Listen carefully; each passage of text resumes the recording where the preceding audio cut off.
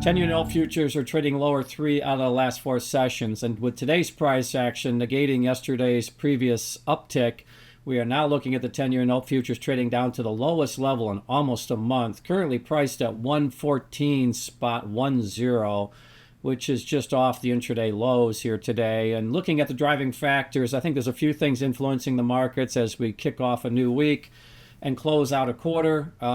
Fed speak being one of the driving factors. A lot of Fed speak late last week, continuing this week, as we did have Chairman Powell speaking today. And with that continuing to impact the markets as far as interest rate expectations moving forward, particularly their view on the economy. Couple that with some data points this morning highlighted by Chicago PMI data, which came in stronger. We did see some data points late last week come in stronger than anticipated. So by most measures, it does appear the economy is maintaining some strength here throughout this cycle as we move into the fourth quarter. And therefore, the expectations are that possibly the Fed may not be as aggressive as what was initially expected after the 50 basis point cut that we had 2 weeks ago.